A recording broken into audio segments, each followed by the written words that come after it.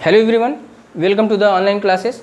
इस वीडियो में आपके साथ चर्चा करूंगा नई शिक्षा नीति 2020 में ECCE के लिए जो तैयार रोड मैप है उसके लिए, यानी ECCE को यूनिवर्सल एक्सेस प्रदान करने के लिए क्या रोड मैप तैयार किया गया है, क्या कार्य योजना तैयार की गई है नई शिक्षा नीति में, उसके संदर्भ में बार बार मैं कह रहा हूं कि नई शिक्षा नीति में आर्टिकल 45 अनुच्छेद 45 को लागू कर दिया गया है। जो नीति निर्देशक तत्व संविधान में उल्लिखित है अनुच्छेद 45 के तहत, उसको नई शिक्षा नीति ने लागू कर दिया है। यह एक बहुत बड़ी पहल है और इस पहल को जमीन पर उतारने के लिए जो ये संकल्प है, उस संकल्प को जमीन पर उतारने के लिए, धरातल पर लागू करने के लिए क्या रोड मैप है उसकी चर्चा मैं इस वीडियो में कर रहा हूँ आपके साथ। तो देखें कैसे करेंगे।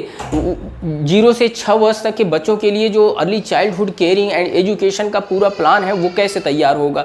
इसके लिए करेंगे क्या, आंगनवाड़ियों का अपग्रेडेशन एंड इंटीग्रेशन करेंगे। अपग्रेडेशन उसकी बिल्डिंग का करेंगे, इंटीग्रेशन उसके परिसर का करेंगे। अपग्रेडेशन इस प्रकार से करेंगे कि उसके भवन जो है वो हवादार हों, थोड़ा आकर्षक हों और बाल मनोविज्ञान को प्रभावित करने वाले हों, ऐसा तैयार किया जाएगा। और उसको इंटीग्रेट करेंगे जो नियर बाई प्राथमिक विद्यालय है उसके साथ, ताकि वे बच्चे जो आंगनवाड़ी में पढ़ रहे हैं वे प्राथमिक शिक्षा के बच्चों के साथ मेल जोल उनका हो सके और मनोवैज्ञानिक रूप से वो एक दूसरे से संपर्क में रहें, ट्रांजिशन फेज उनका इजी हो सके और वे जो है उस विद्यालय की जो भौगोलिक दूरियां हैं उस दूरियों को भी समाप्त करने का एक मनोवैज्ञानिक जो है कि प्रभाव पड़ता है। तो यह इंटीग्रेशन का कार्यक्रम भी उसके साथ रहेगा।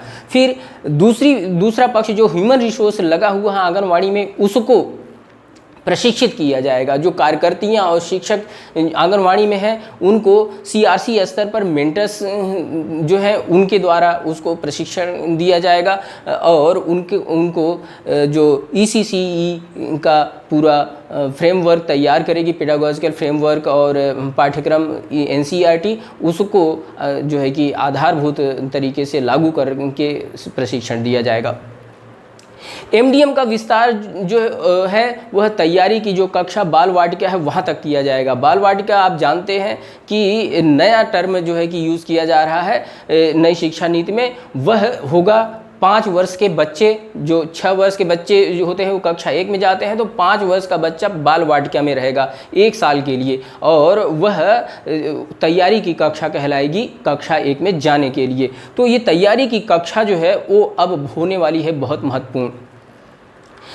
और ये जो प्रशिक्षण दिया जाएगा, जो ECCE के लिए जो शिक्षक तैयार होंगे उनका 2 पैरामीटर है। एक पैरामीटर तो यह है कि जो कार्यकर्तियाँ और शिक्षक इस समय संचालित आंगनवाड़ियों में प्रशिक्षण और शिक्षण दे रहे हैं, बच्चों को केयरिंग कर रहे हैं, उनका जो है कि CRC स्तर पर प्रशिक्षण होगा। और दूसरा जो है वह कि जो नए शिक्षक और प्रशिक्षक या कहें कि कार्यकर्तियाँ और शिक्षक जाएंगे आंगनवाड़ी के लिए, उनको वो कौन, उनके लिए 2 चीज़ें होंगी। एक तो 6 महीने का सर्टिफिकेट कोर्स और एक 1 साल का डिप्लोमा कोर्स होगा। 6 महीने का सर्टिफिकेट कोर्स उनके लिए होगा जिनकी योग्यता 10+2 या उससे अधिक है, तो उनको 6 महीने का सर्टिफिकेट कोर्स प्रदान किया जाएगा जो NCERT द्वारा तैयार पाठ्यक्रम और पेडागोजिकल फ्रेमवर्क होगा उस पर आधारित होगा।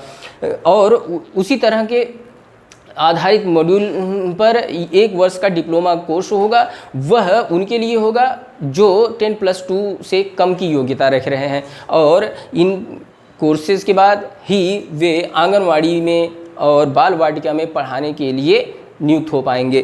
तो ये जो ट्रेनिंग होगी इन लोगों की, जो प्रशिक्षण होगा, ये शिक्षण होगा, वह देखने की बात है डिजिटल इंडिया का हिस्सा होगा, यानी डिस्टेंस मोड में होगा और DTH के चैनल्स पर दिया जाएगा और स्मार्टफोन का इस्तेमाल किया जाएगा और डिजिटल नॉलेज शेयरिंग जैसे प्लेटफॉर्म का, दीक्षा जैसे प्लेटफॉर्म का प्रयोग किया जाएगा।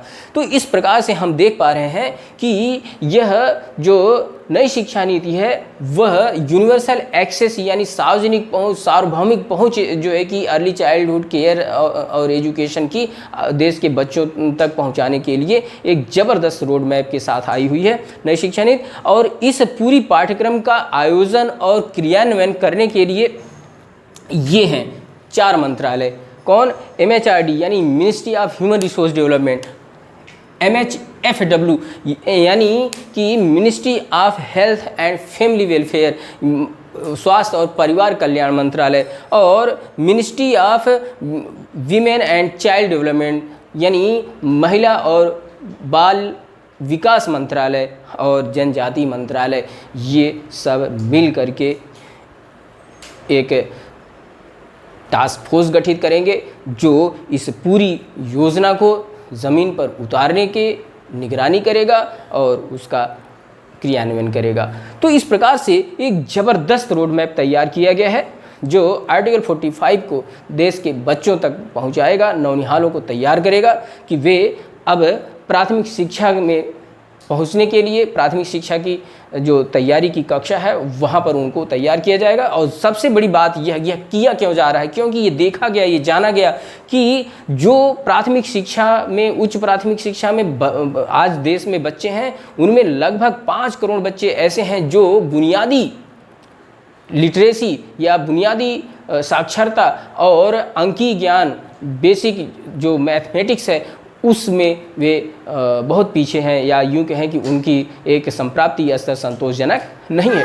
ऐसे 5 करोड़ बच्चों की भारी संख्या को ध्यान में रख करके ये निर्णय लिया गया है कि अब आने वाले वक्त में देश के बच्चों के साथ ऐसा न होने पाए। एक बात। दूसरी बात यह है कि ये जो बच्चे जिनको early childhood caring and education नहीं मिला होता है, वे जब कक्षा 1 में अन्य बच्चों के साथ बैठते हैं तो यानी वो बिना तैयारी के उस कक्षा में बैठे हैं और बाकी बच्चे तैयारी के साथ कक्षा 1 में बैठे हैं, तो ये जो बिना तैयारी के बच्चे हैं जिनकी अर्ली चाइल्डहुड केयरिंग और एजुकेशन नहीं हुई है, वे कुछ ही हफ्तों में उन बच्चों से अपने को पिछड़ा हुआ महसूस करने लगते हैं और उनकी संप्राप्ति निश्चित रूप से अन्य बच्चों की तुलना में कमज़ोर होती है, जो उनको आगे की कक्षाओं में जाने पर भी चुनौती बनी रहती है। और यही वे बच्चे हैं जो वास्तव में इस पूरी दौड़ में बेसिक जो या बुनियादी साक्षरता और संख्या ज्ञान को प्राप्त नहीं कर पाए हैं। तो इस चुनौती को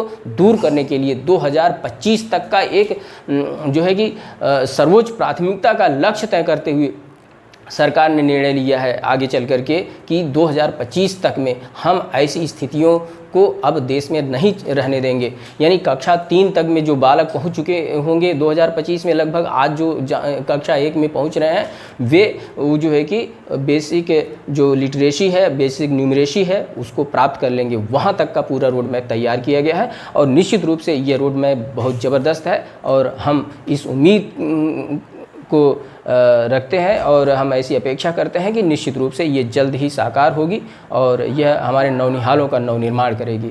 तो इस रोड मैप की सूचना आपके साथ साझा करके मुझे प्रसन्नता हुई। निश्चित रूप से आपको भी अच्छा लगा होगा। Thank you for watching.